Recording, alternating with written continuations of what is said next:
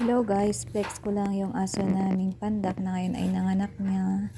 Ang cute ng mga anak niya, 4 na tuta. Di pa sila masyadong nakakita kaya gutom na gutom sila. Ayan yung isa, nag-aagawan. Ang cute-cute lang nilang tingnan.